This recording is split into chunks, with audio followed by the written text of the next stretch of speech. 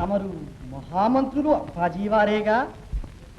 ఓహో, తాము ఆచార్య స్వాములు తాతాచార్ల వారు గదు.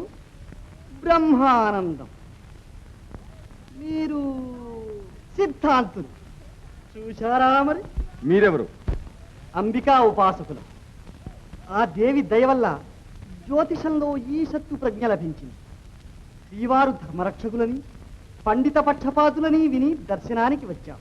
మహాప్రసాదం. మా సందేహ నివారణ చేయండి. ప్రభు, అది మా విద్యకు అవమానం. చూశారా మరి? మేము ఎవ్వరినీ అవమానించం. సత్యశోధన సర్వదా జరిగి తీరవలసినదే. మీ సందేహమేమిటి మహారాజా? శ్రీవారు దండయాత్రకు సంకల్పించారు. చాలప్పాజీ, చాలు. అంబకృప వల్ల మాకంతా విషితమైపోయింది. మీ సిద్ధాంతి త్వరలో ముహూర్తం లేదని, కాదని అవసరపడితే ప్రభువులకు ప్రమాదం తప్పదని అంటున్నారు. అంతేనా? అవును, తప్పదు. కాదు, తప్పుతుంది. విజయమే లభిస్తుంది. లేదు, ఇంతవరకు మా మాట ఎన్నడూ తప్పలేదు. అవును, వీరు తరతరాలుగా ఈ సంస్థానాన్ని నమ్ముకుని బ్రతుకుతున్న సిద్ధాంతులు, రాజభక్తులు. నా మాట నమ్మండి మహాప్రభు. ఈ అసంపూర్ణ ప్రజ్ఞావంతుని మాటలు ఆదరించకండి. త్వరపడకండి సిద్ధాంతి గారు. ప్రభువుల మాట అలా ఉంచండి. మీ జాతకం మీద మీకు నమ్మకమేనా? ముమ్మాటికి. అయితే మీ ఆయుర్దాయం ఎంత అంటారు? 73 ఏళ్లకు ఒక్క విఘడియ కూడా తక్కువ కాదంటాను. అయితే ఈలోగా మీకేమీ ప్రమాదం లేదంటారా? లేదు, కల్వ కూడా రాదు. చూశారా మరి? అదంతా మీ భ్రమ. మీరు ఒక్క విఘడియలో మరణించబోతున్నారు. ఇతడు నిజంగా పిచ్చివాడే మహాప్రభు. తమ సమ్ముఖంలోనే సిద్ధాంతి గారు మరణించడం ఎలా సంభవం? బంగారు గ్రహచారాన్ని, గుణకారాన్ని మార్చి రాజభక్తుల్ని, రాజద్రోహుల్ని చేయడం సంభవం కాగా ఇదెందుకు కాకూడదు? మీ సిద్ధాంతి మరణం తథ్యం. ఏమిటి అత్యాచారం? మహాప్రభు, అన్నం పెట్టిన ప్రభువులకు అన్యాయం తలపెట్టాను. బిజాపుర దూతలు నా చేతుల్లో డబ్బు పెట్టి అబద్ధాలు ఆడించారు.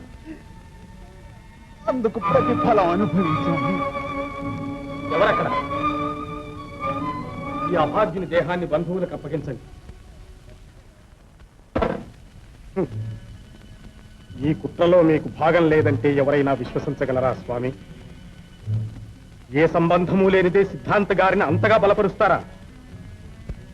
పండితోత్తములని గౌరవించి ఆచార్యులుగా చేసి ఆదరించిన ప్రభువును అన్యాయం చేయటం మీకు భావ్యమేనా? మహాప్రభు, నా మాట నమ్మండి. తెలిసి నేనే అపరాధం చేయలేదు. మా పాలనలో విహితులకు విరోధులకు ఒకటే ధర్మం, ఒకటే దండన. వీరిని బంధించండి. అనుగ్రహించండి ప్రభు. ఆచార్యుల వారు నిర్దోషి, అపరాధి సిద్ధాంతి. నిదర్శనం నేనే.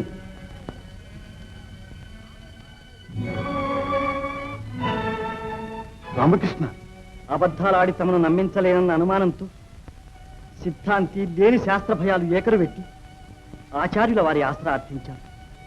ఆ మాటలు నమ్మి గురుస్వాములు సిద్ధాంతివాదాన్నే బలపరిచారు.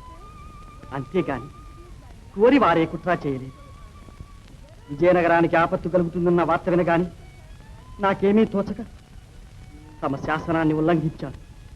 సత్యాన్ని వెల్లడించగలిగాను. ఇక నిశ్చింతగా మరణిస్తాను. సెలవు మహాప్రభు. రామకృష్ణ, అపకారికైనా ఉపకారం చేయగలని దేశభక్తి మేము మర్చిపోయి, ఈ దేశము మర్చిపోయి, గతం మర్చిపోయి, మళ్ళీ నీ సహవాస భాగ్యం మాకు కలిగి. ఏనాటికైనా నేను మీ సేవకుణ్ణి మహాప్రభు. కానీ ఈ కుట్రలు మాత్రం కొనసాగరాదు. మనోనిశ్చయం కంటే మంచి ముహూర్తం లేదు మహాప్రభు. సత్యము, దయా, ధర్మము మీ హృదయంలో స్థిరంగా ఉన్నంత వరకు విద్యానగర విజయ పతాకం దిగంత సీమల్లో తాండవించి తీరుతుంది. అప్పాజీ, దేశంలో నేడే దండయాత్రను చాటించండి.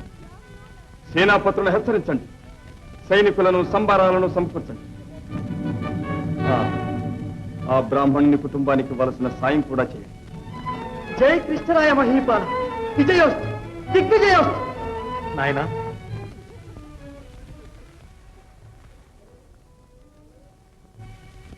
నా అపరాధం మన్నించు రామకృష్ణ. ఏ దుర్ముహూర్తంలో కలుసుకున్నామో గాని నిన్ను అర్థం చేసుకోలేకపోయినా నా చదువు సంస్కారము నాశనం చేసుకుని నిరాధారమైన నిందలు నీపై మోపి రాజాగ్రహానికి గురి చేసి నీ ఔదార్యంతో నాకు కనువిప్పు చేశావు.